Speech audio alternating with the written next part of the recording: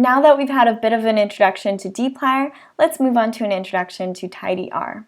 TidyR is a helpful data reshaping package with 4 main functions, including spread, gather, unite, and separate. Now first, spread. Spread is a useful function for widening long data. So spread is used to convert 2 columns into multiple columns. The spread function is formatted as so. So first you state spread and then data, which stands for the name of your data set, key, and value. Now note that key here is defined as the column whose values you wish to be the new column headings, and value as the values you wish to populate the new cells. So for instance, if we are trying to spread the health data set from the indicator variables to new columns with the percentages of women for each indicator, we should theoretically be able to create this new subset using spread. Now, we get an error message, and our error message is that each row of output must be identified by a unique combination of keys. This is a very common error when using the spread function. If this error appears, we must first group the dataset by our key, as in the following example. So for instance, if we create new columns based on each indicator variable, our key column will be indicator and our value column will be value. Firstly, create a subset of the data that only includes the columns of location, year, indicator, and value. So I named this new subset sub_health, and I said the health data set, then select the columns named location, year, indicator, and value. Great.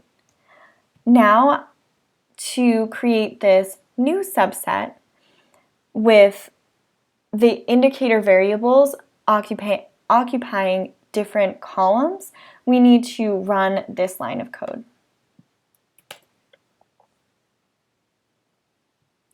So basically what we did here is we said the sub-health data set, which is the new subset that we just created, then we need to group by our indicator variable. Now group by is a dplyr function that I will cover in a moment, but it's basically saying that we want to create groups based on the different indicator variables. For instance, earlier we looked at indicator variables for different antenatal health, and there were 4 different indicators for specific antenatal health. So it will group them by those 4 indicators, for instance.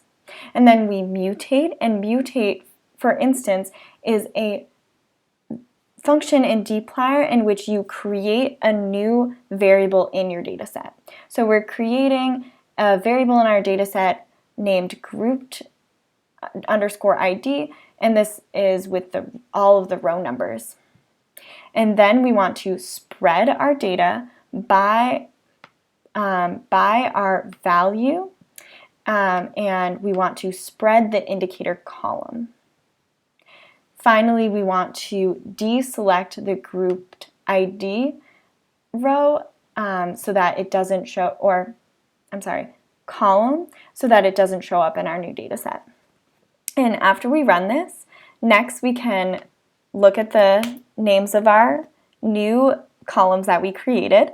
Very exciting. We now have a subset named H that includes location, year, and all of our indicator variables that were once in one column. They're now separated into different columns, and you can see that the first column is ANC_1T, which is again related to the percentage of women who received care during their first trimester of pregnancy.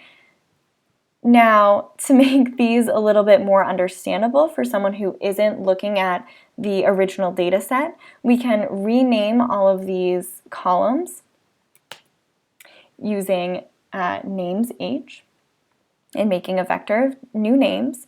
So for instance, ORS stands for if a woman was taking salt, or tobacco_WM now corresponds to simply tobacco, and it stands for the percentage of women who use tobacco.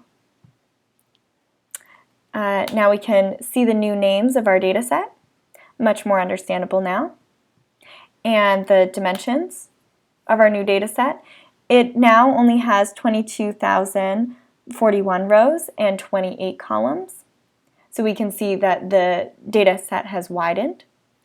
And now we can print a section of our data set using print as underscore tibble and specifying that we want 30 rows. Now we don't need the as underscore tibble here because we've already set h as a tibble, but if for some reason you had not already set h as a tibble, then you can use the as underscore tibble function to set this as a tibble, so it only prints a certain number of rows.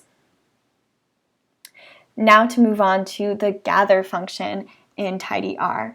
Gather is a useful function for elongating wide data. So it's complementary to the spread function in that the spread function again was used for widening long data. Now gather is used for elongating wide data. So for instance, if you wanted to merge the columns that contain information regarding a woman seeking care for a specific disease, this includes columns diarrhea through pneumonia, you can do so with the gather function. So in TidyR, we would state that we want a new subset, and I name this new subset health underscore DIS for disease, and we want H, which is our new data set that we just created, so the H data set, and then we want to group by location, which again just means that we now have all of the surveys in a specific location grouped together. And now we want to select the columns, location, and diarrhea through pneumonia. So this includes diarrhea, fever, and pneumonia. And now we want to gather these sequence of columns into a new column called disease and a new column called value, and print 50 rows of this. So the resulting tibble you can see is that we have location, disease, and now the percentage of women who sought care for each disease by location. Next, we'll go over the unite function in TidyR. Unite allows us to paste together multiple columns into one.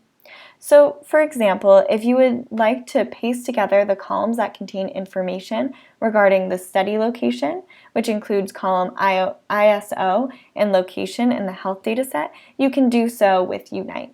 So, if we just look at the head of the health data set, we can see that ISO and location are next to each other. ISO just stands for the abbreviation of that location, and then location is the full name of that location.